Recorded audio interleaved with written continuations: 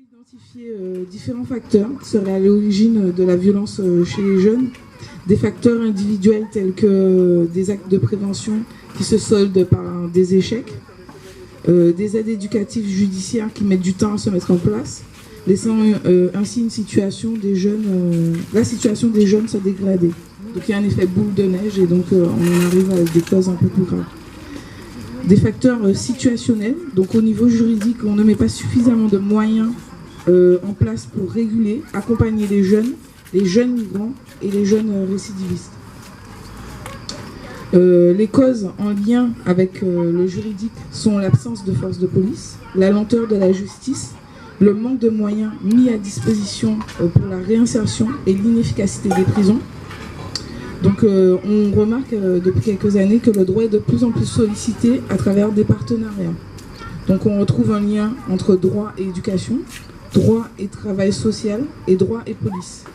Donc l'intervention du droit pénal, qui est un droit répressif, vise à identifier les infractions, les poursuivre et les punir. Donc dans tout cela, je pense que nos jeunes doivent un peu... bon, si je devais faire un récapitulatif, donc on a différents facteurs qui mènent à la violence, des facteurs qui peuvent être individuels et d'autres situationnels. Et donc dans tout ça, on a un droit pénal qui essaie de trouver des moyens pour que les jeunes puissent s'en sortir, mais n'a pas forcément... les moyens ne sont pas suffisants. Donc voilà, dans tout ça, nos jeunes doivent essayer de composer et on compose avec eux. Loïs. Oui, alors pour compléter ce que ma collègue disait, je dirais que la violence chez les jeunes est un problème de santé publique mondiale. Ce qui m'a particulièrement interpellé remonte au dimanche 12 février 2017. Oui, Ernest Prévost au village chinois. Je pense que ça vous dit quelque chose. Selon les faits, un homme âgé de 22 ans a été abattu d'une balle en pleine tête aux environs de 13 heures. Et oui, 22 ans. Les autorités ont indiqué qu'il s'agissait là d'un règlement de compte lié au trafic de stupéfiants. Mais où va notre jeunesse aujourd'hui? Cela devrait notamment plus nous interpeller. Mais dans le milieu familial, je dirais que le milieu familial joue un rôle fondamental dans le développement des comportements violents chez les jeunes. J'ai relevé plusieurs facteurs familiaux liés à la violence des adolescents, tels que il faut que ce jeune ait un bon encadrement dans le foyer familial. Il faut notamment, ce qui peut générer la violence, c'est le faible niveau socio-économique, le fait qu'il ait un faible niveau socio-économique, et cela peut être dû à une séparation ou le divorce des parents à un jeune âge. Peut-être ses parents sont divorcés, il a eu du mal à s'en remettre, le jeune. Dans chaque catégorie, on retrouve des violences de différentes natures. Elles peuvent être à la fois physiques, sexuelles et psychologiques. Ce que j'entends par psychologique, c'est tout ce qui s'oriente à l'hyperactivité, l'impulsivité. Ce jeune a peut-être des problèmes d'attention.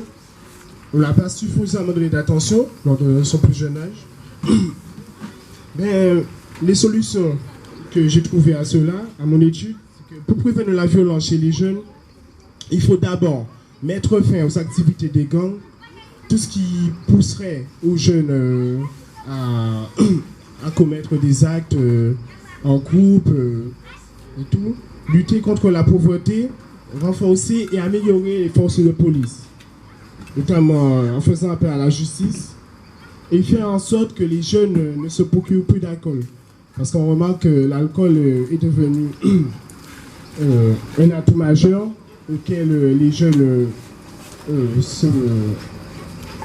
l'utilisent. En fait, ils boivent l'alcool, ils consomment beaucoup d'alcool, et ce qui les pousse à dégénérer à un certain moment. Ok. D'un point de vue juridique, je dirais que l'infraction ne sera constituée que si on précise l'élément légal, matériel et moral. Ce que j'entends par élément légal, c'est quand le législateur va intervenir. C'est-à-dire qu'il va donner une décision pour considérer, donner son avis sur le comportement de l'individu qui est vu comme un crime. En droit pénal, les qualifications sont les noms donnés aux infractions telles que délit, crime, contravention. À cet instant, le juge est tenu d'interpréter la loi de manière stricte. L'élément matériel, c'est la situation où l'infraction a été consommée dans les conditions prévues par l'auteur. Donc, l'auteur du dommage a pleinement consommé, a pleinement réalisé l'acte qu'il a fait. Et pour finir, l'élément moral de l'infraction correspond au lien établi entre les faits et l'auteur. Et s'agissant de la responsabilité pénale, c'est l'obligation de répondre des infractions commises et de subir la peine prévue par les textes. Voilà. Tout à l'heure, tu as parlé de problèmes socio-économiques du jeune. Donc, je vais passer la parole à Romaric ou à Mustapha pour nous expliquer un petit peu plus le problème économique du jeune. Pourquoi le jeune rentre dans la violence à cause de ce problème-là. Voilà. Donc, écoutons Romaric ou Mustapha. Bonsoir. Donc, moi, c'est Baya Romaric, étudiant en Master 1 économie et ancien assistant pédagogique et, on va dire, entre guillemets, ancien bêtisier. Donc moi je vais commencer sur le sujet par un témoignage parce que pendant un moment de ma vie, je suis encore jeune mais j'ai failli dériver, partir du côté obscur. Donc moi je suis du fleuve à Patou, je ne sais pas si vous connaissez. J'ai été élevé par une mère dans un assez... Et je suis parti en métropole à l'âge de 11 ans, je suis parti à Bobigny. À Patou, j'avais jamais eu aucun souci, que ce soit avec les policiers, les gendarmes, avec personne, très poli, ce qu'on disait. Donc j'arrive en métropole à l'âge de 11 ans, dans un environnement, on va dire, assez différent du mien, j'avais l'habitude. Donc Bobigny, je ne sais pas si vous connaissez, c'est dans le 9-3, le 93, autant pour moi, où... tout de suite, je me suis mis dans tout ce qu'on appelle gang, parce que à l'époque, on pensait que pour pouvoir vivre dans ces quartiers-là, il fallait être dans un gang, pour pouvoir survivre plutôt. Donc à partir de ce moment-là, on a commencé à faire tout et n'importe quoi. Je ne vais pas rentrer dans les détails pour pousser certains à essayer. Mais je me suis toujours posé la question, pourquoi y avait-il eu ce changement-là brusque, parce que dès que je suis arrivé dans le quartier en métropole, j'ai tout de suite changé, sans avoir un souci quelconque. Et aujourd'hui, avec un peu plus de recul, je pense réellement que l'un des facteurs de la violence des jeunes, c'est l'environnement. L'environnement dans lequel on grandit. Parce que comment expliquer qu'à Patou, dans un village assez éloigné de tout, j'ai été calme jusqu'à l'âge de 11 ans, et du jour au lendemain, comme ça, je me suis mis à faire des choses très bizarres. Je ne me reconnaissais pas. Et le deuxième facteur que je mettrai en avant, je pense aussi réellement que c'est un problème d'identité. À un moment de sa vie, si on ne sait pas où on va, d'où on sort, on commence à vouloir se montrer. On veut de la reconnaissance, on veut que les gens nous voient, que l'on existe. Il y a des gens qui arrivent à travers le travail à l'école, donc quand on travaille bien à l'école, on a les félicitations, il y a les parents qui chouchoutent, entre guillemets, il y a les amis qui nous respectent parce qu'on travaille bien à l'école, et d'autres qui n'ont pas ces moyens-là, qui veulent se montrer à travers la violence, pour se faire respecter, entre guillemets. Celui qui est violent, il a l'impression que c'est lui le roi du monde, tout le monde a peur. Parce que ce qu'on ne comprend pas quand on est jeune, on n'arrive pas à faire la différence entre la peur et le respect. On pense que quand on est assez violent, les gens nous respectent. Non, les gens ne nous respectent pas. Les gens ont peur de nous. Ça n'a rien à voir. Donc je voulais justement revenir sur ces deux points-là. Donc moi je dirais que ça vient de l'environnement. Quand on parle d'environnement, pas forcément du quartier. C'est-à-dire que si on est dans une famille où il y a des difficultés à chaque fin de mois, où maman n'arrive pas à s'en sortir et que papa n'est pas là, à chaque fois, bon, ça peut augmenter les chances de tourner vers la violence. Parce qu'une famille bien soudée, où il y a une maman et un papa, ça permet à l'enfant justement d'être assez stable dans sa tête. Donc du coup, moi je voulais revenir sur ces deux points-là que je considère assez pertinents. Maintenant, je vais laisser la parole à Mustapha Aladi. Bonsoir à tous. Je m'appelle Mustapha Aladi, je suis étudiant de Master 2 en économie. Tout d'abord, je vais rebondir tout à l'heure sur ce qu'a dit mon collègue. Mais avant, j'aimerais d'abord faire un petit panorama sur la situation de la violence dans le monde. L'ampleur de la situation dans le monde par rapport à la violence qui touche la jeunesse en ce moment. Nous avons ici un rapport qui a été rédigé par l'UNICEF, excusez-moi. On estime que entre 2000 jusqu'à 2015, il y a à peu près 199 000 jeunes qui se font tuer par jour. Entre 2000 jusqu'à 2015, 199 000 qui se font tuer par jour. Ce qui équivaut à la mort de chaque jour.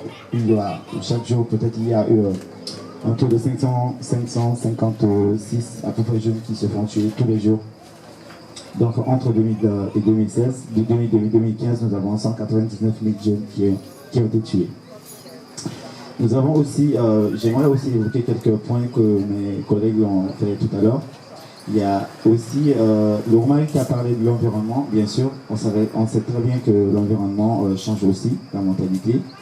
Non seulement l'environnement, mais la mentalité au sein de la famille. Ça aussi, c'est un facteur qui est vraiment très, très non négligeable. C'est un facteur non négligeable. Nous avons aussi les amis, la camaraderie, les liens qu'on tisse. Il n'y a pas forcément juste l'environnement. L'environnement, oui, c'est bien. C'est pas forcément... On grandit tous. Par exemple, moi, j'ai été élevé dans un secteur, dans un quartier où les gens sont violents. Mais cela ne me transforme pas.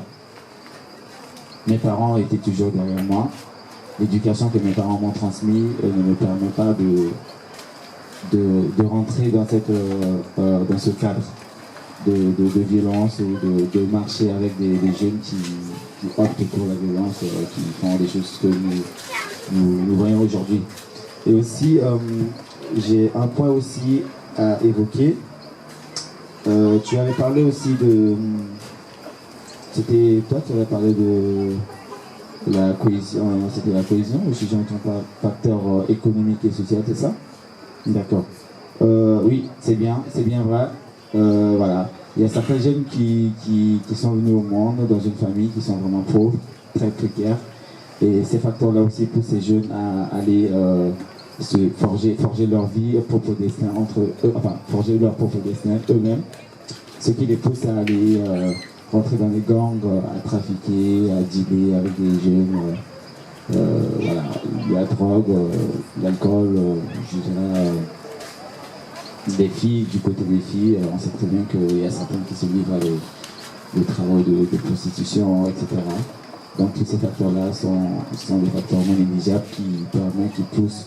C'est des violences pas physiques, mais ça peut être aussi des causes qui poussent cette jeunesse vers un monde qui aujourd'hui, nous voyons que la majorité sont un petit peu à côté du système.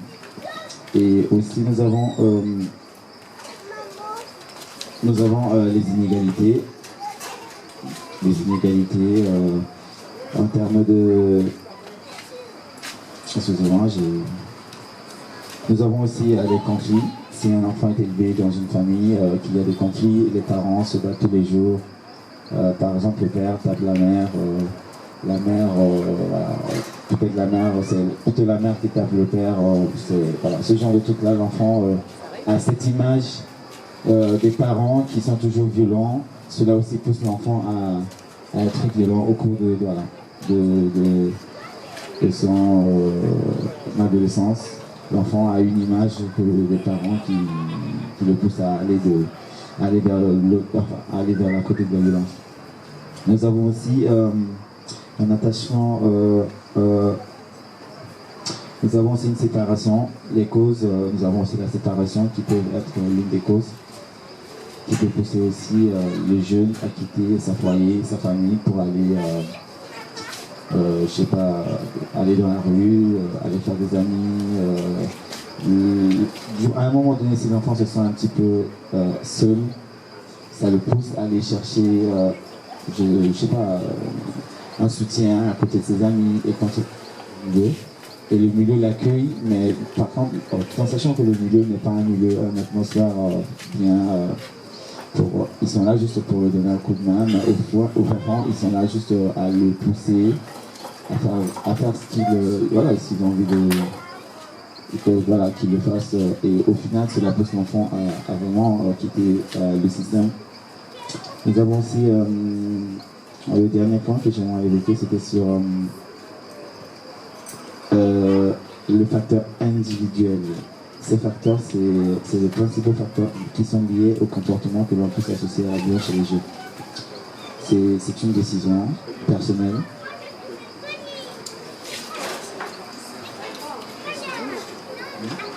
Yes. C'est mon opinion. Après, c'est une facteur individuel. C'est là aussi pour pousser le jeune. C'est pas forcément. C'est une décision. C'est une décision. On n'est pas tous. C'est pas tout le monde qui sont élevés dans une famille qui sont un peu à l'aise. Il y a ceux qui viennent dans une famille pauvre, il y a ceux qui sont élevés dans une famille qui sont un petit peu riches, il y a ceux qui sont venus au monde, mais voilà, qui n'ont rien. Et voilà, tous ces facteurs-là contribuent à faire en sorte que ces jeunes-là puissent se converger vers, je sais pas, la violence, vers le banditisme, le vol, le cas de vol, le braquage, etc. Tu peux rebondir sur ce que Moustapha a dit. En compte, on est là pour débattre sur le sujet. Donc moi je suis Sébastien, je suis CPE depuis une dizaine d'années, donc CPE conseiller principal d'éducation dans des collèges. J'ai fait une dizaine d'établissements scolaires, j'ai vu plus de 3000 élèves, j'ai un ESN de son éducation. Pour répondre par rapport à ce que tu disais Moustapha, là où tu as tort par rapport à l'individu, c'est que si on considère que c'est les individus qui sont responsables de leur violence, alors ça veut dire que comme statistiquement les pauvres sont plus violents, et en tout cas sont plus condamnés pour la violence que les riches, ça veut dire que les pauvres sont génétiquement construits pour être violents. Donc ça c'est un tort phénoménal, et quand je dis les pauvres, je peux faire d'autres catégories auxquelles je vais pas m'amuser à jouer, mais voilà. Et ça c'est fondamental de combattre ce genre d'idée, parce que ça reporte en fait une responsabilité qui est collective, qui est celle des adultes, à une responsabilité individuelle. C'est pareil par rapport aux familles. Attention au discours sur la famille est responsable de toutes les violences dans la société. Non, les familles ne sont pas les principales, ou forcément les seuls responsables de la violence dans la société. En gros, moi, donc, sur les 3000 élèves que j'ai vus, la plupart, la quasi-totalité des élèves qui sont passés à de la violence sont d'abord et avant tout des victimes eux-mêmes d'une violence. D'accord ? Ça, c'est flagrant, il n'y a pas de débat, il n'y a pas... c'est d'abord des victimes. Et ce qui se passe, c'est qu'on n'a pas trouvé une solution, les adultes, à la violence qu'ils ont subie. On n'a pas trouvé une solution satisfaisante. Soit parce que, comme tu le disais, Mathilde, par rapport à la justice, il y a des problèmes de fonctionnement, même au niveau de l'éducation nationale. Par exemple, en Guyane, on a un énorme problème. Quand un jeune est victime de violence, on n'a aucune solution à lui apporter. On n'a pas de foyer qui fonctionne. On n'a pas de mise en place de psychologue pour l'aider à comprendre ce qu'il a vécu. On n'a quasiment aucune aide. La seule possibilité pour un jeune aujourd'hui en Guyane d'avoir une aide, c'est d'avoir quelques adultes référents, en général dans les établissements scolaires ou dans la communauté autour, pour trouver ces solutions. Donc, et voilà, sur 3000 élèves, pour moi, les seules personnes qui ont été vraiment violentes dans quasiment toutes les situations, elles sont moins de 5. Et sur les 5, il y en a 3 qui avaient des problèmes psychiatriques lourds. Enfin, tous les autres, et pourtant j'ai vu plusieurs centaines, enfin, plus de 200 personnes qui ont été ou qui sont devenues délinquantes, comme tu disais, qui ont fait des bêtises lourdes. Et voilà, mais c'est pas, ces choses-là, elles s'expliquent, et si on les change de contexte, si on les change d'environnement, concrètement, la plupart et une grosse majorité réussissent à effectivement ne plus être violents, ne plus être dans la violence. De la même façon, attention, par exemple, n'importe lequel d'entre nous, demain peut être violent, on n'a jamais été violent ou quoi, mais il suffit d'une altercation, il suffit d'une maltraitance policière par exemple, parce que moi je viens de banlieue aussi, à Paris, autour de Paris, voilà, quand il y a des affaires où l'institution, et moi je pense que ce qui est important aussi c'est de replacer le rôle des institutions, que ce soit la famille, l'État, la police, la justice, la religion, toutes ces institutions-là font preuve de violence à l'égard des individus, et si on ne replace pas ça comme cause principale de la violence, c'est une chose qu'on fait. Michael, étudiant en doctorat. Oui. Juste pour rebondir, je pense aussi que lorsque Moustapha dit ça, on essaie vraiment de pouvoir trouver les différents facteurs. Et je pense que la motivation de chacun reste aussi un facteur important. Il faut que les jeunes, et c'est vrai, beaucoup de ceux qui sont victimes de violence, enfin, de ceux qui traitent de la violence, en ont été victimes auparavant. Mais il y a quand même cette part d'eux-mêmes qui leur permet, pour certains, pas tous, et tu parlais des problèmes psychiques, c'est vrai que là c'est encore un autre cas, mais on parle de ceux qui sont mentalement sains, ce qui leur permet de pouvoir aussi se dire qu'ils vont à contre-courant. Parfois ce sont des personnes qui sont sur leur chemin, c'est vrai, ce n'est pas forcément génétique, mais pour ma part, je pensais notamment en tant qu'économiste, c'est beaucoup dire, mais lorsque l'on regarde, l'économie est très importante aussi dans ce sens-là. Il y a des facteurs qui sont directs, mais il y a des facteurs indirects. Et ce dont tu parles, ce sont des facteurs indirects, mais qui sont d'autant plus importants, c'est sûr.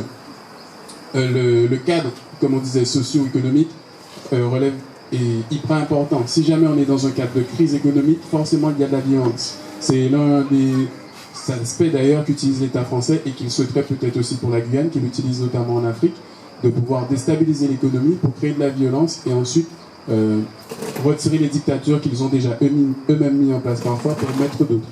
Donc c'est su et c'est une arme d'ailleurs utilisée par certains de changer l'environnement pour pouvoir vraiment favoriser la violence et notamment chez les jeunes. Donc après je pense quand même aussi qu'il faut que chaque personne prenne sa responsabilité. Les victimes sont des victimes, c'est vrai, mais ce n'est pas parce que les victimes ont subi quelque chose que ça leur donne le droit aussi de pouvoir faire subir à d'autres. Et c'est là la complexité, c'est là, comme tu l'as dit, le rôle et l'absence malheureusement de psychologues parfois dans les écoles, parce que ça commence de plus en plus jeune, et pour pouvoir vraiment accompagner ces jeunes-là à ne pas tomber dans un schéma de violence, mais à pouvoir vraiment contrecarrer ce schéma de violence en s'en extirpant, et une fois qu'on en est soi-même extirpé, on a plus de chances aussi d'aider justement et de pouvoir conseiller ceux qui sont encore là-dedans. Voilà, Mathilde va vous rebondir sur ce que Sébastien et Moustapha a dit. Donc je suis plutôt d'accord avec ce que Michael disait. Donc il y a une part de nous qui prenons des décisions, mais il y a aussi des facteurs qui nous mènent à prendre certaines décisions. Je voulais aussi apporter une petite information. On parle de moins en moins de circonstances atténuantes, on parle de plus en plus de circonstances aggravantes. Donc on prend de moins en moins en compte la situation de la victime. Et je voulais aussi dire qu'on remarquait qu'il y avait autant de facteurs que de violence en fait. Si vous voulez, on retrouve des facteurs, on parle de facteurs économiques, on parle aussi de violence économique. Et je pense que voilà, donc ça illustre bien le fait que en fait on subit, il y a des facteurs qui nous mènent à certaines violences en fait, et que c'est un cercle vicieux. Oui, Moustapha, n'avais pas fini. Après, tu rebondis sur ce qui a été dit. Tu peux pas? Merci, Moustapha. Oui, alors moi je m'appelle Laetitia, je suis enseignante. Ça fait 13 ans que je suis en Guyane et sinon je viens de banlieue parisienne. Moi je pense que effectivement on ne peut pas dire que tout est social non plus, donc c'est pas forcément que l'environnement qui fait ce qu'on est. Effectivement on est aussi capable, le choix il fait partie de notre conscience. Donc effectivement comment devenir plus conscient de ce qu'on doit faire, comment fixer des objectifs aux jeunes maintenant, comment leur permettre, les accompagner finalement pour qu'eux-mêmes seuls quand même fassent leur chemin, tout en étant une béquille à leur côté. En fait, on a fait un bon état des lieux de ce qui se passe en Guyane. Maintenant, je pense qu'il faut se tourner vers les solutions quelles sont les solutions que vous pouvez proposer pour améliorer le climat familial, pour améliorer l'environnement et pour permettre aussi aux jeunes de se fixer des objectifs, si effectivement au niveau scolaire, parce que on peut lutter contre la violence avec l'instruction, bien sûr que l'instruction permet de s'élever au-dessus de tout ça, vous en êtes la preuve. Mais quand ça ne fonctionne pas forcément très bien, quand il n'y a pas une école qui est bien adaptée, parce qu'on sait qu'ici on a un gros manque d'adaptation de l'école par rapport aussi aux élèves, c'est un autre un des points de départ, un combat très important pour la violence. Donc comment faire en sorte que les enfants ne soient pas mis en dehors et soient en échec à l'école? Et si ils le sont, si finalement le système scolaire n'est pas fait pour eux, quels sont les objectifs à travers par exemple le sport, des gymnases, etc. Enfin, qu'est-ce que vous proposez? Comment on peut solutionner tout ça? Sachant que la violence, elle vient forcément d'une souffrance qui est déjà d'une souffrance. Donc comment améliorer l'environnement et comment aussi permettre à l'individu de faire des choix et comment l'accompagner et être une béquille avec tout ça? Quelles sont toutes les solutions qu'on peut envisager et adapter par rapport à la Guyane? D'accord, merci pour l'intervention. Je rappelle que tout le monde peut donner la solution. On est tous là pour mettre en place des solutions ou voire même sur ce sujet. Le sujet, c'est quels sont les facteurs de la violence chez les jeunes. Donc nous parlons des jeunes globalement, des jeunes qui soient peut-être en Guyane, en France métropolitaine, mais dans le monde entier, comme l'a Loïs tout à l'heure avec le constat qu'il a fait. La violence n'est pas seulement en Guyane, mais elle est partout chez les jeunes, dans les autres départements aussi. Donc pour d'autres personnes, Moustapha va continuer. Oui, pour rebondir sur ce que a dit la dame, Laetitia, en fait, j'ai quelques exemples de stratégies que peut-être les acteurs politiques locaux peuvent mettre en place pour pouvoir... c'est vrai qu'ici en Guyane, le problème de ce qui se passe en ce moment en Guyane, c'est qu'il y a une partie de la jeunesse qui se sent un petit peu abandonnés, qui se sentent un petit peu exclus du système. Et c'est ce qui les pousse à pouvoir pratiquer ce genre de... Donc moi je pense qu'il faudrait plutôt renforcer la cohésion sociale, il nous faut que les acteurs, c'est un truc que les acteurs politiques locaux peuvent mettre en place un système qui permet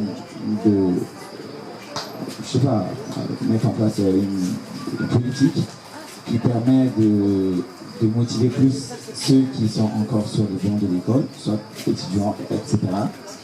Et ceux qui sont dans le monde du travail, ceux qui travaillent déjà et qui travaillent déjà, et ceux qui ne travaillent pas. Je m'explique. L'année dernière, nous avons un projet à l'université de mettre en place une émission qui permet de toucher la jeunesse qui n'ont pas de travail, c'est-à-dire les chômeurs, les jeunes qui n'ont pas de travail, et les jeunes qui sont encore à l'université et qui sont encore dans les lycées, y compris ceux qui travaillent déjà sont déjà dans le monde du travail. Pouvoir mettre en place une plateforme, cette plateforme pourra nous permettre d'échanger tous les week-ends. On peut faire ça en live, en direct sur la radio.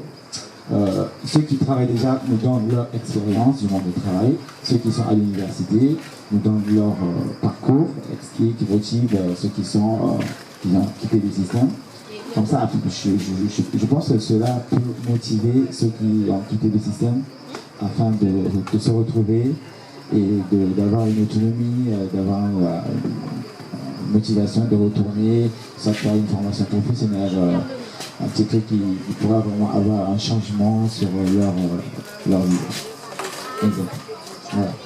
Voilà. Ok, merci Moustapha. Alexia va intervenir juste après Romaric. Bonsoir.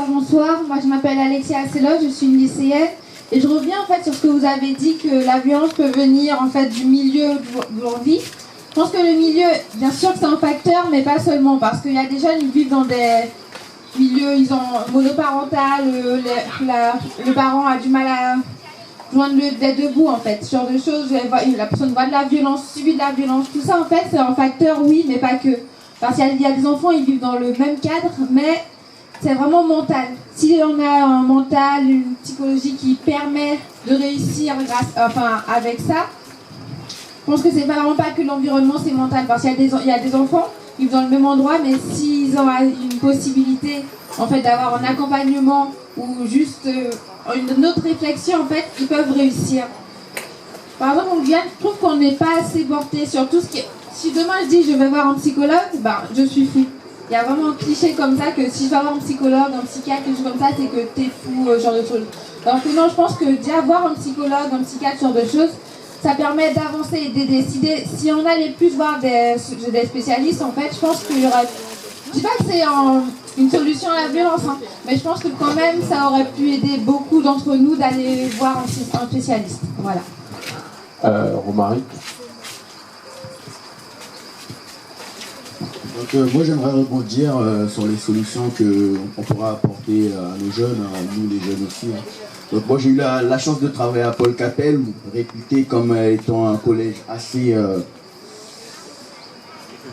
chaud, on dit les plus jeunes. Ce que j'ai pu remarquer à Paul Capel, c'est qu'on était plus dans la répression. Et je pense que le système en France est plus dans la répression. Je pense qu'il faudrait être plus dans la prévention. C'est-à-dire que les jeunes, d'après ce que j'ai pu voir, c'est que beaucoup d'entre eux ne sont pas forcément conscients de la gravité des choses qu'ils font. J'ai discuté avec des jeunes qui ont fait beaucoup de bêtises. Pour eux, ils ont fait des choses, voler, frapper quelqu'un, c'est pas si grave puisque tout le monde le fait. Donc pourquoi ça choquerait? Donc en discutant, en leur montrant qu'il y avait d'autres façons d'exister, parce que pour eux, beaucoup m'ont montré que pour eux c'était leur façon à eux d'exister. J'ai montré qu'il y avait beaucoup d'autres façons d'exister à travers le sport. On peut exister à travers beaucoup de choses, hein, mais des objectifs. Il fallait avoir des objectifs. Mais ce que j'ai pu remarquer aussi, c'est que c'est vrai que ce qu'elle dit, ce n'est pas seulement l'environnement. Elle est partie. Ce n'est pas seulement l'environnement qui fait que cette violence soit là, mais on peut se rendre compte très clairement que plus l'environnement est difficile et plus la personne a de chances d'être violente. Ça, c'est pas moi qui l'ai inventé, je pense que tout le monde le voit. Hein. Donc, je pense que l'environnement a un rôle assez important. Donc, je pense aussi, je reviens sur l'État, l'État doit faire en sorte qu'il y ait, parce que j'ai vu qu'en Guyane, ça fait 7 ans que je suis revenu, il n'y avait pas beaucoup d'éducateurs dans les quartiers. Les quartiers difficiles. Et je pense que c'est un manque en Guyane. Et pour moi, c'est une solution. Le fait, parce qu'un éducateur pour un jeune violent, je peux vous le dire, ça n'a rien à voir avec un gendarme.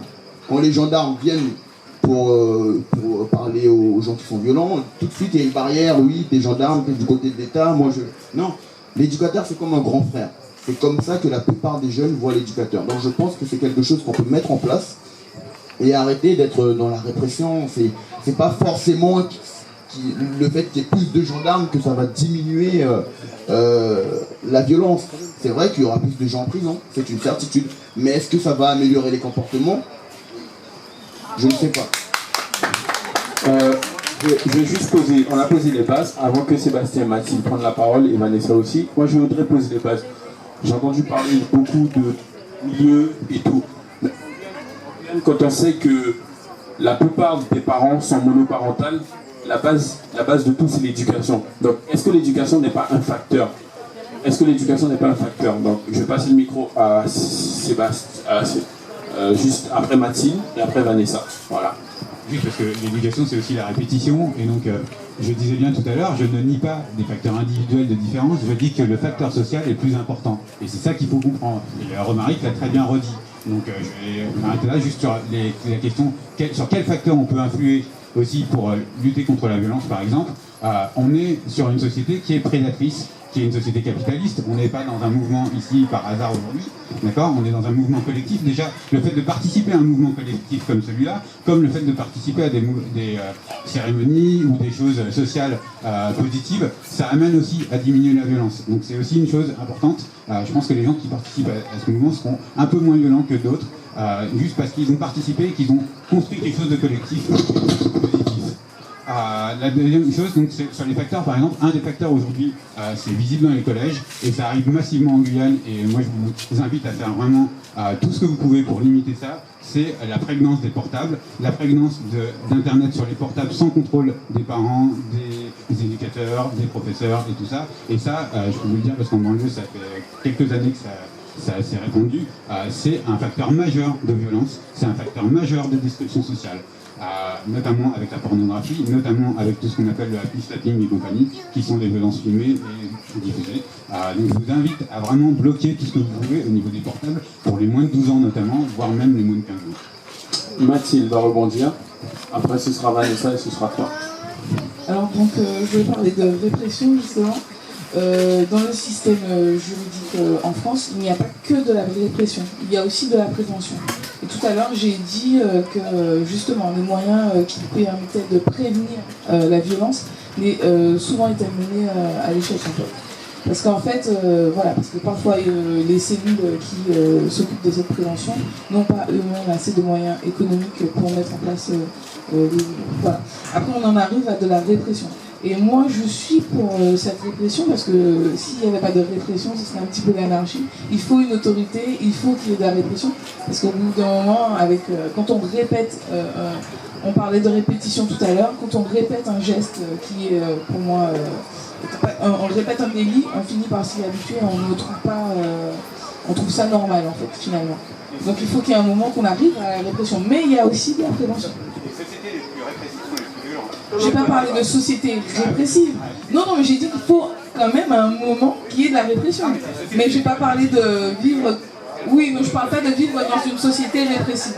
Voilà, c'est ça. Il y a un cadre, il faut mettre un cadre. Pardon ? C'est vous. Alors, oui, mais on prend la forme, la répression prend la forme qu'elle veut. Ce que je dis, c'est qu'en fait... il faut un moment qu'il y ait... Pardon ? Oui, voilà, enfin, moi je vois pas la répression comme quelque chose de péjoratif. Enfin, vous le voyez comme ça, mais pas. Pour moi, c'est plutôt poser un cadre à un moment donné où on a mis en place des préventions, des mesures de prévention. Il faut un moment qu'on limite tout cela par de la. Il faut que ça devienne un peu. Voilà. Attends, Romary, rebondis sur ça, après juste le micro à Vanessa. Donc attention, j'ai pas dit qu'il ne fallait pas de la répression. Il faut de la répression, mais je pense qu'il faudrait plus une politique basée sur la prévention, et pour diminuer justement cette répression. Voilà, donc on est d'accord sur ce point-là. Mais il faut de la répression naturellement, sinon c'est pas, ça va être l'anarchie, comme je viens de dire. Ok. Pour éviter la violence, prévenir la violence, il faudrait le faire depuis petit, en apprenant aux enfants à rêver. Parce qu'en général, les gens qui deviennent violents ne rêvent plus, ne croient plus en eux, n'espèrent plus en fait de la vie, donc vivent la vie et la vivent comme ils le peuvent. Et les gens en général qui ont été violents, qui ont fait vraiment des choses terribles et qui au final ont changé, ce sont des gens qui ont appris à s'aimer, appris à rêver, à croire en eux. Donc je pense que c'est éduquer l'enfant depuis petit à croire en lui et à rêver en fait. Voilà. Un moment qui peut être chaotique, on va dire, pourra avoir une... voilà, il saura faire face à l'environnement qui est chaotique autour de lui.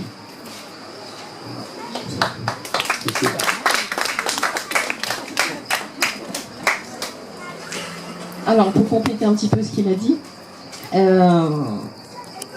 je suis tout à fait d'accord que c'est justement ce rôle des parents. Il y a quelque chose qui existe dans certains endroits et qu'on n'a pas assez développé, c'est l'école des parents justement. Parce qu'être parent à l'heure actuelle, c'est très compliqué. Et on n'est pas un bon parent comme ça par magie. Et c'est vrai que si on apprenait justement aux parents à communiquer avec leurs enfants, à bien les éduquer, à leur apprendre, comme tu dis, le bien, le mal, etc.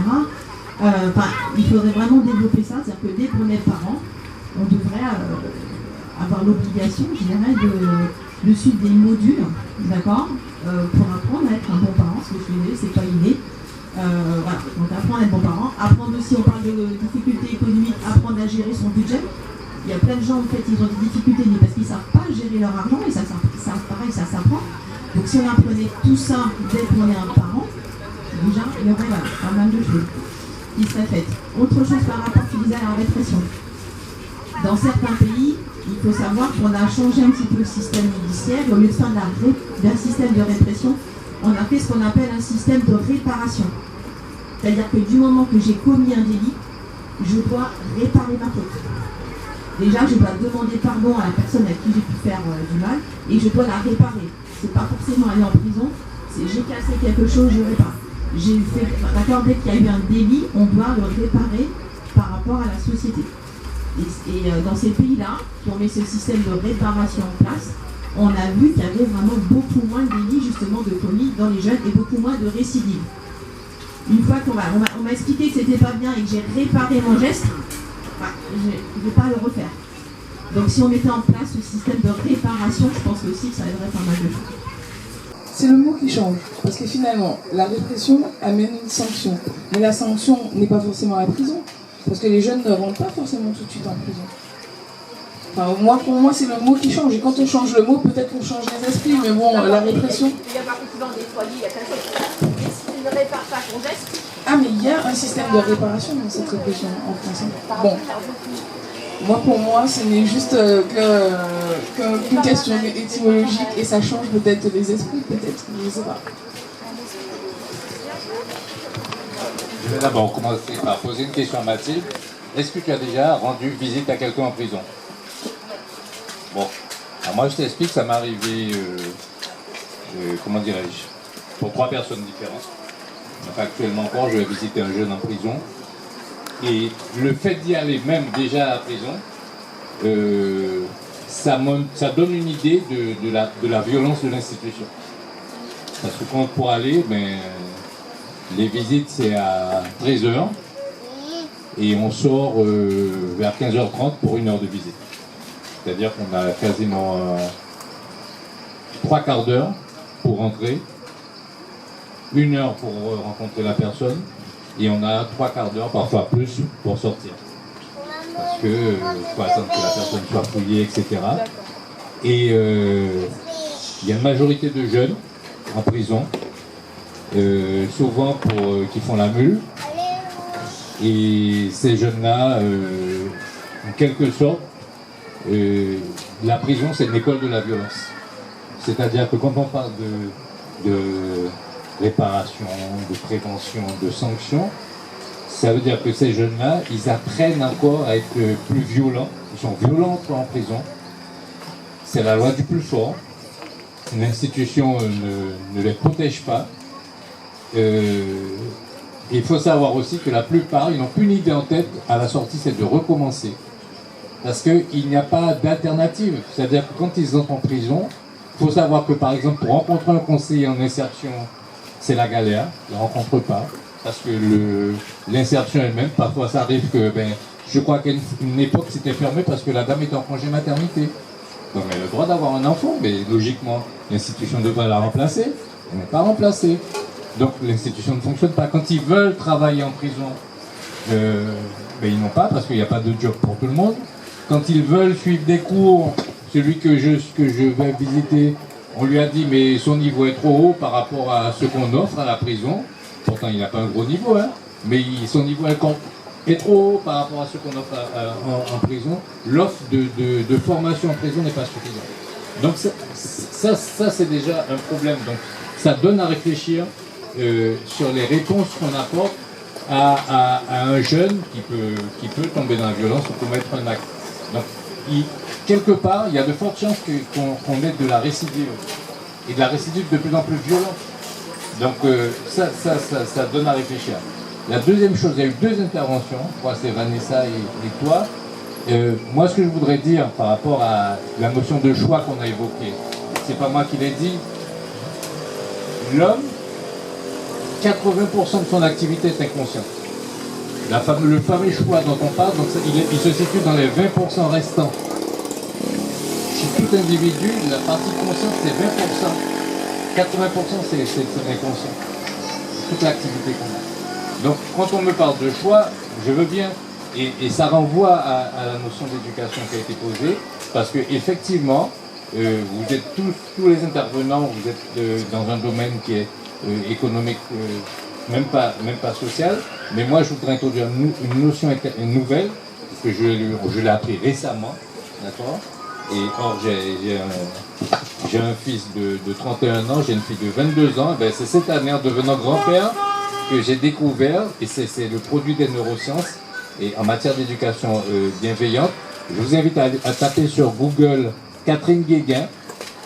C'est une dame qui est pédiatre, qui depuis peu fait des conférences justement sur l'éducation à la parentalité et sur d'autres domaines, et qui explique que la recherche en neurosciences a prouvé que c'est chez l'enfant très rapidement que des choses se mettent en place, et que si ces choses-là ne se mettent pas en place, on produit un adulte violent, et qu'il faut une éducation bienveillante.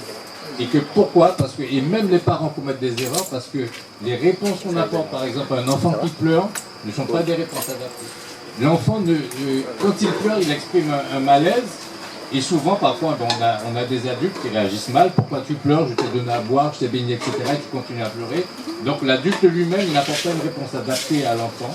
Et on crée quelque chose au niveau du cerveau de l'enfant qui va pas se former de façon parfaite. Et à terme, ça peut donner un adulte violent. Et ce médecin, ce pédiatre va même à dire qu'aujourd'hui, ces terroristes qu'on a aujourd'hui, qui sont capables de faire des actes extrêmement violents, c'est peut-être au niveau de leur petite enfance que les choses ne se sont pas mises en place. Donc, je veux dire qu'il y a tout un champ qui est nouveau, qui est en train d'être exploré, pour dire que, et pour conforter le fait que l'individu, la notion de choix pour l'individu, elle est restreinte. Par contre, la société, elle peut faire le choix, effectivement, de mettre l'accent justement sur un épanouissement de la jeunesse, sur l'accompagnement de la famille, l'accompagnement des jeunes, l'accompagnement des moins jeunes, pour mettre les institutions. Quand on donne à des bébés qu'on doit galérer pour trouver une place en crèche, peut-être que quelque part, on est déjà en train d'installer des éléments de violence. Merci. Ah oui, voilà, c'est pour ça que Bonsoir. Oui, dans le même ordre, l'histoire de l'enfant entre 0 et 3 ans, ça détermine une partie de l'individu qu'on est. Moi, pour parler de bouquin, je viens de lire un livre de M. Mérieux. On m'a invité à l'université, donc j'ai lu ses livres.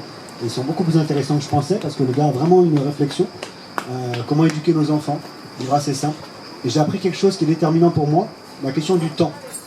Éduquer un enfant, c'est d'éduquer un rapport au temps. Un enfant qui, jusqu'à 8 mois, on dit que quand l'enfant pleure, il a toujours une raison de pleurer. Il a faim, il faut donner à manger. Il a chaud, il faut l'enlever. Il a mal au ventre, il a une piqûre, il a ses dents. Voilà, il y a toujours une raison et immédiatement, il faut apporter une réponse. Sinon, l'enfant pleure. Et puis progressivement, éduquer un enfant, c'est lui apprendre à prendre du temps. Oui, tu as envie de jouer avec le jouet de ton ami, mais ton ami, c'est son jouet. Donc tu ne vas pas forcément lui prendre maintenant. Oui, tu as faim maintenant, mais on n'a pas encore préparé à manger, donc il faut que tu attends un petit peu. Et que la meilleure réponse à donner, à l'ancienne, on disait, il faut toujours dire non à l'enfant. C'est comme ça, les mamans, je pense que beaucoup connaissent ça. Quoi qu'on dise, c'est non. Puis quoi qu'on dise, c'est tu as menteur. Et puis, les plus modernes, ceux qui veulent plus pédagogues, ils disent toujours oui, l'enfant roi, etc. Mérieux, il dit, parfois oui, parfois non, c'est pas ça le problème. La vraie raison, c'est attends. Et pourquoi je dis ça? Parce qu'aujourd'hui, avec le téléphone portable, avec la télévision, l'enfant, il a la télécommande. Il n'aime pas le programme, il peut changer, il a l'impression d'être le roi, d'être le maître, d'avoir accès à tout. Et puis quand il arrive à l'école, il ne peut pas zapper le professeur. Parce qu'il peut zapper comme il veut, le professeur est toujours là. Il n'a pas été éduqué à ce rapport au temps, à différer ses instincts, à différer ses besoins immédiats. À apprendre que c'est en travaillant sur soi, rêvant, comme tu l'as dit, il faut du temps pour rêver. Si tu es toujours en train dans la suractivité, l'hyperactivité, tu n'as pas le temps de rêver. S'ennuyer, les enfants s'ennuient. Moi, je ne me suis jamais ennuyé. Apprendre à s'ennuyer intelligemment, c'est-à-dire à développer son intériorité, à rêver, à imaginer des choses, à faire des projets. Voilà. C'est un lien avec la violence, hein, parce que quelqu'un qui est violent, c'est quelqu'un qui n'arrive pas à se contrôler. C'est quelqu'un qui n'arrive pas à se gérer lui-même. Il a une envie, il a une passion, il a peur de quelqu'un, je donne un coup. Il pense que quelqu'un a peur, je donne un coup. Je veux ton truc, je le prends. Donc, voilà. Deuxième chose, 30 secondes, plus une société est inégalitaire, plus elle est violente. Voilà, il ne faut pas se casser la tête non plus très longtemps. Hein. À l'époque de l'esclavage, qui est une société extrêmement inégalitaire, entre d'un côté les maîtres et de l'autre côté ceux qui travaillent, c'est une société extrêmement violente, où on découpe les gens en morceaux, où on découpe les oreilles. Enfin, vous connaissez peut-être déjà, mais cette forme de violence correspond à une forme d'inégalité. La société guyanaise est de plus en plus violente parce qu'elle est de plus en plus inégalitaire. Parce que dans les communautés où il n'y avait pas d'argent, il y avait peu de différenciation sociale entre les gens, malgré les différences d'âge, de statut, etc. On arrive avec l'hypermarché, on arrive avec le rêve qu'on ne peut plus avoir justement avec l'argent. Et puis, c'est pas comme ça que les gens fonctionnaient. Et ça crée de la violence. Donc ce mouvement-là, il doit aussi viser à réduire les inégalités sociales entre nous, parce que c'est comme ça qu'on réduira la violence fondamentalement. On va écouter Romary qui voulait intervenir. Après, ce sera la prof d'anglais. Vas-y, Romary, je te donne la parole. Oui, comme le jeune le disait tout à l'heure, je vais rebondir sur ce que tu as dit. Effectivement, je pense que la faculté de discernement est très importante pour l'enfant. Parce que franchir cette étape, il aura carrément une vision d'ensemble. Il doit pour l'avenir. Et puis, ça lui permettra de se reconnaître lui-même, connaître ses défauts, ses faiblesses. Et puis, dans le foyer, en même temps, discuter avec ses parents, avoir une discussion quand il sort de l'école, quand il mange, avant d'aller dormir. Il raconte tout ce qu'il dit. Et puis, on parle de ses activités. Je pense que tout ça passe par l'éducation.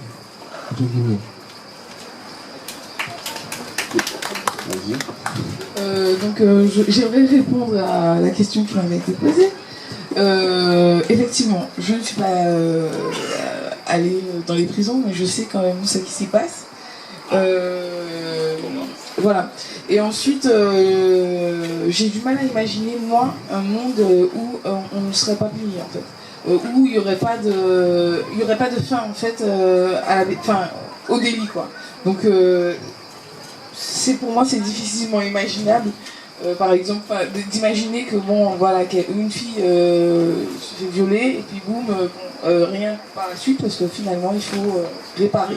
Il y a des choses qui sont la notion de réparation et je pense dans certains cas un peu fragile. Voilà. Ensuite, je pense vous m'avez parlé donc de la prison comme étant quelque chose de terrible, mais je pense qu'il faudrait plutôt parler des conditions de mise en œuvre de cette répression en fait. Donc il faut préparer apparemment. Et voilà. Et donc on a parlé aussi de solutions. Donc moi si je devais apporter une solution en bonne utopiste que je suis, je pense que voilà, Einstein disait que l'amour c'est la quintessence de la vie. Je pense que l'amour aiderait tout le monde quoi. Voilà. D'accord. On va écouter. Bonsoir, donc moi je suis enseignante et je voulais rebondir sur ce que Vanessa a dit tout à l'heure où elle parlait de l'importance d'apprendre à rêver pour pouvoir apprendre à s'aimer, etc. Et je me demandais si l'école ne pouvait pas justement prendre ce relais parce qu'il y a des choses qu'on n'apprend pas forcément à la maison. Tout à l'heure vous parliez de bienveillance, effectivement tous les parents ne sont pas forcément bienveillants et ils ne le font pas forcément exprès, c'est juste qu'on ne sait pas faire et du coup est-ce que l'école ne pourrait pas justement prendre ce relais-là avec la mise en place d'ateliers dans les écoles, dans les collèges ou dans les lycées pour apprendre à se connaître, pour apprendre à s'aimer, pour apprendre à communiquer avec les autres, pour apprendre à gérer ses émotions, à gérer son stress parce qu'effectivement il y a beaucoup de matières théoriques, on apprend beaucoup de théories à l'école mais peut-être qu'on n'apprend pas assez à vivre avec soi-même, à vivre avec les autres, à s'accepter, etc. Et je trouve que ça pourrait être intéressant de réfléchir justement à la mise en place de ce genre d'atelier-là assez tôt dans les écoles.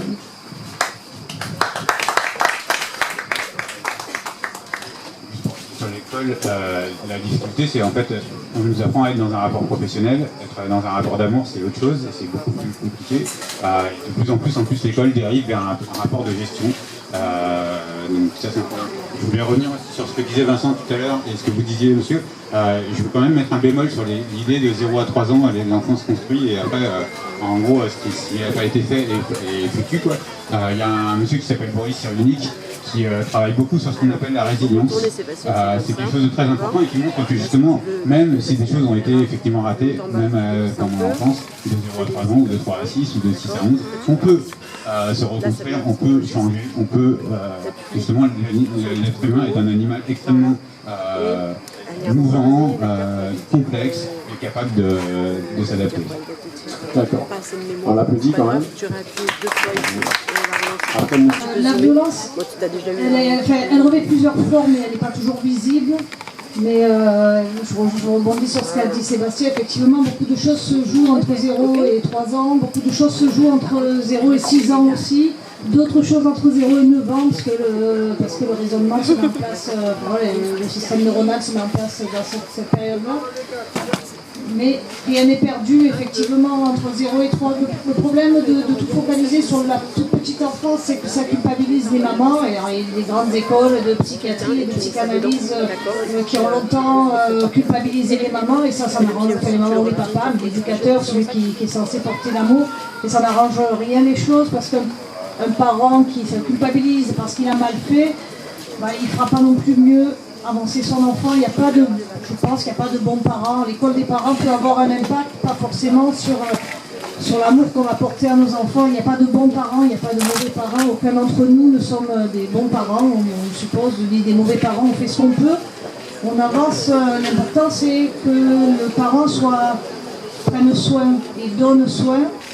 Il y a beaucoup de choses qui se passent dans la toute petite enfance. Je crois que Vincent en parlait tout à l'heure. Un bébé qui pleure, il dit quelque chose. Un ado qui est violent, il dit quelque chose aussi. Donc effectivement, la répression, ça m'a fait bondir aussi. Et sur le champ du métier que j'exerce et sur le champ de l'action syndicale que je mène aussi et de la vision d'une société collective. Mais bon, il y a plusieurs niveaux de lecture de cette violence. La violence, quand elle est individuelle, c'est sûr qu'on a besoin d'être accompagné. Alors oui, dans les pays d'Europe du Nord, il y a un psychologue par école. Ce n'est pas le cas dans nos pays, ni ici ni ailleurs. Il y a un psychologue par école. Après, sur la question de la prise en charge psychologique dont Alexia parlait tout à l'heure, ça coûte cher. Donc, beaucoup de familles, et c'est pas remboursé. Aller consulter chez un psychologue, c'est un paramédical, c'est pas remboursé. Ça coûte cher. S'il y en a un dans l'institution, très bien, et qu'il est disponible pour, ce qui est rarement notre cas parce qu'on a plein d'autres choses à faire, très bien, mais sinon, ça coûte cher. Donc c'est encore une fois, c'est pas toutes les tranches de la société qui ont accès à une prise en charge, quand bien même ça ne serait pas diabolisé. On trouverait normal d'aller voir un psychologue. Quand on a mal au ventre, on va voir le médecin. Quand on a mal en soi, on va voir un psychologue. Ça pourrait être normal, mais ça coûte cher et tout le monde n'y a pas accès. Sur un champ plus général et plus société, revenir au collectif, je crois que plusieurs personnes l'ont dit, revenir au collectif. Chez les travailleurs, maintenant, nous, on essaie de nous diviser pour nous isoler, et quand on est seul, on règle moins nos problèmes de violence. Quand on est plusieurs déjà, et que quelqu'un a fait mal à quelqu'un, ou au groupe, ou à une personne du groupe, mais quand on se sent appartenir à un groupe, déjà c'est moins violent, on est ensemble, et on va gérer ensemble. Après, la violence individuelle, oui, il y a beaucoup de constructions inconscientes, ça a été dit tout à l'heure, il y a beaucoup de choses qu'on ne maîtrise pas, c'est pas vrai qu'on fait le choix d'être violent, et quand on en arrive à faire le choix de commettre une violence de façon sciemment, en fait, c'est que quelque part, il y a quelque chose qui ne va pas, il y a une faille quelque part, il y a une construction qui ne s'est pas faite et on n'a pas été accompagné. Moi, je pense plutôt à la prise de conscience qu'à la répression, à l'éducation, vous l'avez tous dit. Bien sûr qu'à un moment donné, il faut la faire cesser, la violence. Peut-être qu'il faut à un moment donné enfermer pour pas que ça se reproduise, mais pas dans les conditions qui ont été décrites et dont on se doute dans les prisons. Moi, je n'ai jamais mis les pieds. Mais la prise de conscience et l'accompagnement pour continuer à éduquer. Oui, beaucoup de choses se jouent dans la petite enfance, mais oui, on peut continuer à éduquer, à accompagner. Quand les enfants se projettent sur une vie qui n'est que violente, quand les enfants ne se projettent que sur des parents qui sont au chômage et qui commettent des larcins pour leur famille ou pour nourrir leurs enfants, ils n'y arrivent pas. L'école elle-même peut avoir ces violences quand elle donne des notes.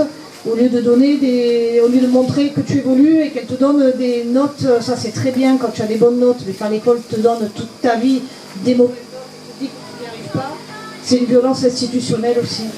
Et c'est compliqué, mais si on est ensemble et bienveillants, on va avancer un peu. Merci. Mathilde doit se retirer parce qu'elle a réunion avec le collectif. Donc nous allons un dernier mot de Mathilde avant. Bon, ben voilà, je vais partir, je vais œuvrer pour l'éducation auprès du collectif. Mais je voulais dire avant de partir que je ne parle pas d'un monde où la répression ferait office de... Voilà, où la répression serait... Mais je parle d'un monde où à un moment donné, quand les limites sont dépassées, quand on n'en peut plus, il faut qu'il y ait de la répression. Je ne parle pas d'un monde complètement répressif. Voilà, en tout cas, merci d'avoir partagé ce moment avec moi. Monsieur, après Moustapha et après Laetitia. Bonsoir à tous. Je suis enseignant en école préélémentaire, donc en grande section de maternelle. Et pour rebondir un peu sur ce que disait la prof d'anglais, c'est vrai que l'école a quand même un certain rôle à jouer vis-à-vis de la démission des parents, parce que c'est vrai que bien que comment dirais-je, moi en tout cas de ce que je vois, peut-être pas, on parle peut-être pas de démission, mais du fait que beaucoup de parents s'estiment pas concernés obligatoirement par le développement de leurs enfants, par ce qu'il faudrait faire pour que leurs enfants puissent travailler correctement à l'école, et qu'ils ne s'intéressent même pas de savoir, j'ai envie de dire, comment va leur enfant, comment il se développe, comment ça fonctionne. Alors nous, en tant qu'enseignants, hélas, on a un relais à faire, on a une réponse à apporter à tout ça, parce que l'objectif c'est quoi? C'est d'avoir des enfants qui fonctionnent, on va dire, je vais utiliser ce mot-là, des enfants qui fonctionnent, de leur apporter quelque chose d'autre que simplement mathématiques, français, histoire géo, etc. D'ailleurs, les nouveaux programmes, bien qu'ils ne soient pas parfaits, vont un peu dans ce sens, puisqu'il y a quand même le savoir-vivre ensemble qui est enseigné en classe de maternelle. Et je pense que ça a son importance. Maintenant, je trouve personnellement qu'on a tendance à trop mettre l'accent sur, par exemple, on parlait des neurosciences ou des choses comme ça. Il ne faut pas se leurrer que la société est devenue de plus en plus violente. Je ne veux pas dire par là que les gens n'étaient pas violents avant, mais la société est devenue violente. Pourquoi? La question se pose, c'est pas simplement les jeunes, c'est les adultes, c'est tout le monde. Qu'est-ce qui fait qu'aujourd'hui les gens sont violents? Je ne sais pas si ça a été abordé, mais il faut regarder que ce soit au niveau des médias, que ce soit au niveau de la musique, que ce soit au niveau d'énormément de choses. La violence est banalisée, quelle qu'elle soit.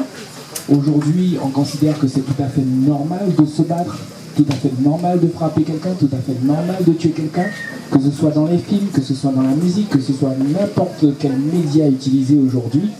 On considère que ça n'a pas d'importance. Alors bien sûr, ça n'a pas d'effet obligatoirement sur tout le monde, mais quand on vit dans un environnement où ces choses sont banalisées, il me semble qu'à un certain moment, même on prend une roche, de l'eau qui tombe sur une roche, avec le temps, finit par creuser cette roche. Alors peut-être qu'on est fort au début, mais on finit tôt ou tard par s'imprégner de ces choses que l'on considère comme banales. Et aujourd'hui, je pense que l'action qu'on devrait faire, parce que je regarde par exemple à la télévision la classification du CSA, bon, elle est bien gentille, mais avec les années, elle évolue. Ce qui était convenable au moins de 16 ans il y a quelques années est convenable au moins de 12 ans aujourd'hui. Enfin, au plus de 16 ans et au plus de... enfin, vous comprenez ce que je veux dire, je pense. L'idée, c'est qu'aujourd'hui, on veut aller dans une évolution où est-ce qu'on est de plus en plus permissif, ou de plus en plus ouvert, comme on dit, de moins en moins restrictif. Mais il faut accepter aussi, quelque part, que ça entraîne des dérives, que ça entraîne une modification de la société, quelque part, une modification de la façon de voir les choses. Et moi, je dis personnellement, un enfant, par exemple, aujourd'hui, les enfants, ils naissent avec une tablette dans les mains. Ils naissent avec un portable dans les mains. C'est pas avec une tablette, c'est pas avec un portable qu'on s'éduque. Moi, je parle de démission des parents pour la bonne et simple raison que parfois, certains parents, l'enfant, il me casse les pieds, qu'est-ce que je vais faire? Je vais lui donner une tablette. Je vais lui donner un téléphone portable. Il va pouvoir jouer avec. Mais cet enfant n'aura pas le stimuli dont il a besoin pour pouvoir se développer correctement. Et au final, ça donne quoi? Un enfant qui s'éduque par lui-même, j'ai envie de dire, qu'est-ce qu'il devient? Il prendra, s'il considérera comme bon, mais aujourd'hui, qu'est-ce qui attire le regard? Pas obligatoirement les bonnes choses. Donc je pense qu'il est important, bien sûr, l'école a un rôle à jouer, que nous, en tant qu'enseignants, on a un rôle aussi à jouer, mais je pense qu'il faut qu'il y ait une remise en cause de toute la société par rapport à, que ce soit les médias, que ce soit la musique, que ce soit toutes ces choses qui nous entourent. Merci. Moustapha va prendre la parole, après ce sera Laetitia, et ensuite... Moi, je voulais juste poser une question au prof d'anglais qui avait parlé tout à l'heure. Elle avait parlé de l'éducation. Vous n'arrêtez pas de parler de l'éducation, parler des enfants qui vont à l'école, etc. Mais vous n'abordez jamais le problème de ceux qui ont déjà quitté le système. Quelles solutions pourrons-nous mettre en place? Quel type de solutions vous voyez pour mettre en place afin de ramener ceux qui ont déjà quitté le système? Je ne sais pas, est-ce que vous avez d'autres solutions en tant que parents, en tant qu'enseignants? Avez-vous des solutions pour pouvoir mettre en place pour ceux qui ont déjà quitté le système? Tu veux répondre? La réponse? La réponse, ça sera que je ne crois pas, là comme ça, là à chaud, avoir des solutions. Ce que je disais, c'est justement peut-être pour éviter le système, donc en amont, mettre un certain nombre de choses en place. Après, pour ceux qui ont quitté le système, je pense qu'il y a d'autres corps de métier. Je ne crois pas être formée pour ça, mais il y a peut-être d'autres corps de métier qui pourraient répondre mieux que moi à ce qu'on peut mettre en place après, une fois que ces adolescents-là ont quitté le système éducatif. Laetitia Lecomte, par exemple. Laetitia, après ce sera... Parlons donc de la mission locale. Des solutions, il y en a plein. Hein. Il y a plein de types de pédagogie. Il faut que les enseignants soient formés pour, tout simplement. Et par exemple, en Guyane, ici, les enseignants ne sont pas formés pour apprendre déjà avec le français langue seconde. Les enfants, ils ne parlent pas forcément le français à la maison.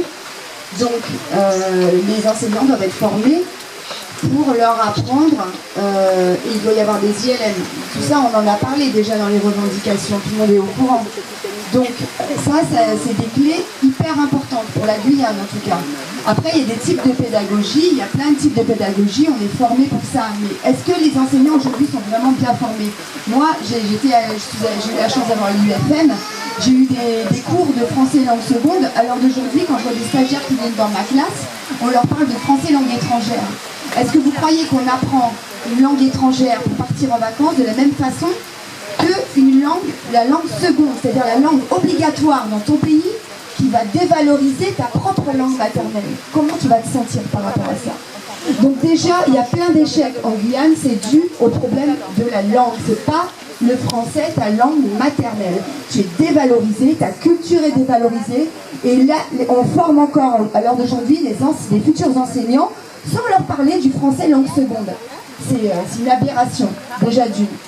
Séance-là pour voir si le parent implique bien toutes ces choses qu'il a appris et sur des choses pour vraiment que la base d'éducation de 0 à 3 ans soit inculquée aux parents et aux enfants.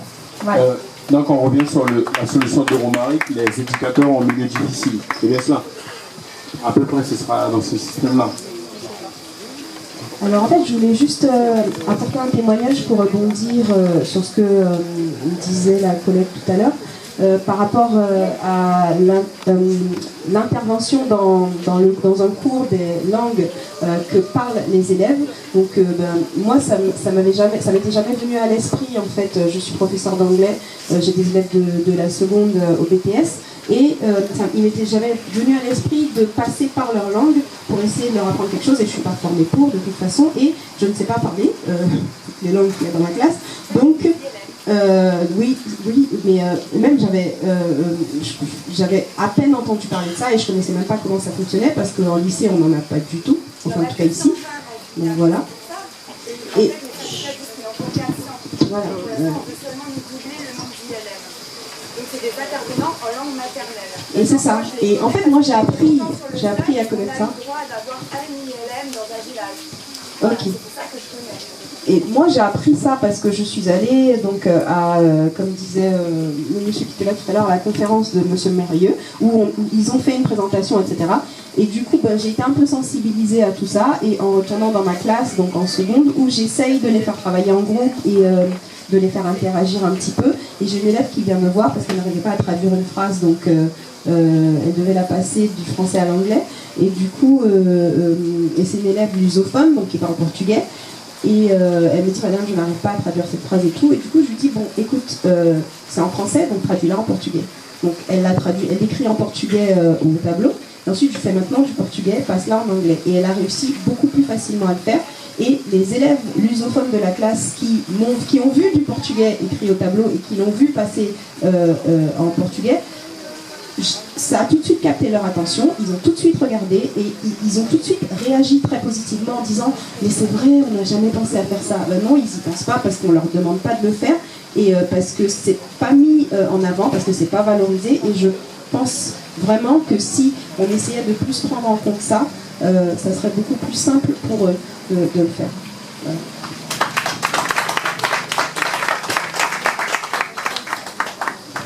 Le débat a été très enrichi. Je pense qu'on va clôturer le débat qui était très enrichi sur les solutions à apporter pour cette jeunesse, à ces facteurs qu'on a trouvés. Donc il y a eu beaucoup de facteurs qui ont été pris en compte. Le milieu, l'environnement et le milieu, bien sûr c'est la même chose. Et aussi surtout la classe, l'éducation, la place des parents aussi, ça a une grande importance. Et comme disait Romaric, dans certains cas, il faudrait peut-être apporter, comme on dit, un éducateur dans ce quartier difficile. On n'en parle pas beaucoup, mais il faudrait peut-être... On parle beaucoup de mauvais jeunes, mais aussi il y a un mauvais état peut-être à côté. Donc c'est ça que je voudrais, avant de finir sur la clôture, il y a des personnes qui voudraient intervenir. Justin. Bonsoir à tous. Alors moi je m'appelle Ariel, je suis élève en première année afin de devenir éducatrice spécialisée, et c'était pour répondre à la question du jeune homme par rapport à la délinquance des personnes qui sont non scolarisées, et sa question était comment faire en fait pour accompagner ces jeunes. Moi je pense que dans un premier temps ce qui est important c'est de écouter en fait ces jeunes et ne pas faire à la place des gens, déjà se demander de pourquoi ils sont dans cette... Qu'est-ce qui fait en fait qu'ils en sont là, et ne pas dire c'est parce qu'il a fait ça, parce qu'il a fait ça.